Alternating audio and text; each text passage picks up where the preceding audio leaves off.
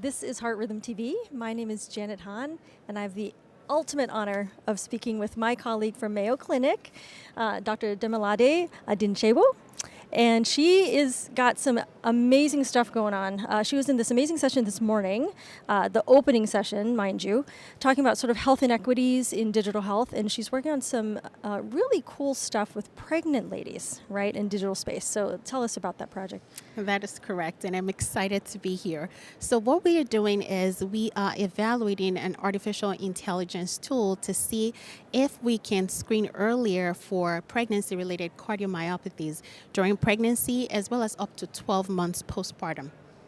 Oh my gosh. Okay, so how are you doing that? What sort of technology are you using to be able to screen ladies? I imagine it also will obviously involve some sort of AI and data sets.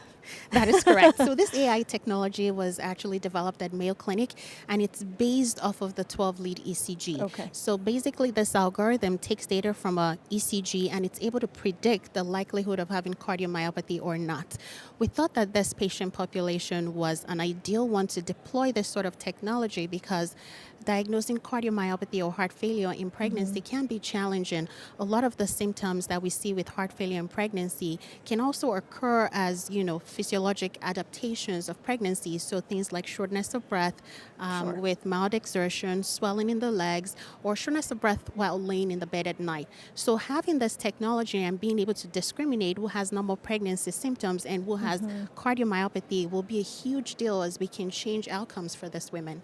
So do the women have to come in to get the 12 lead at Mayo, or can you use peripherals to do this? So excellent question. So far, the original technology was developed based on a 12-lead ECG, and you asked the right thing. There are areas or there are places where we don't have access to a 12-lead ECG. If the woman is not in clinic or even in an obstetrician's clinic, a 12-lead ECG is not something you see there commonly.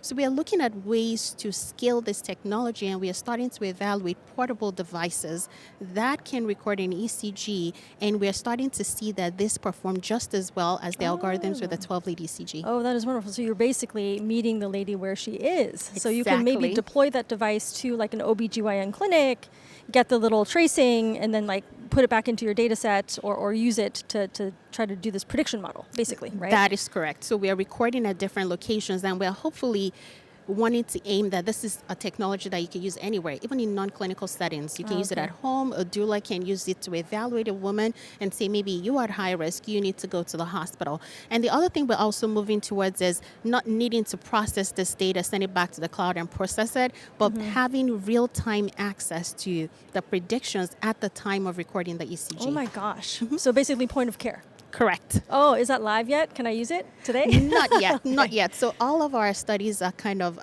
they're still in the research phase. Okay, and we are looking to see how well it performs. Also, we want to make sure that we're intentional about including diverse patients when we are testing it to make sure that when we deploy this technology, it actually works for the population in which we want to use it in. Right. So everything is still in the research phase. We actually have a large clinical trial that is ongoing right now in Nigeria, which is a predominantly Black population, but has the highest reported incidence of peripartum cardiomyopathy. And we're looking forward to sharing the results soon.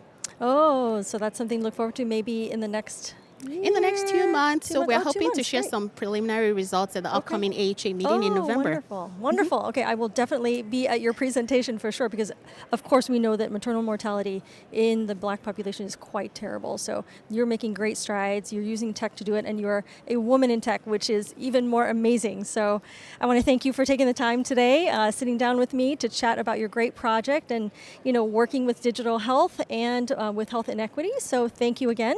Thank you so much for having me. Absolutely. So coming to you live from FHRS 2023, I'm Janet Hahn, and this is Heart Rhythm TV.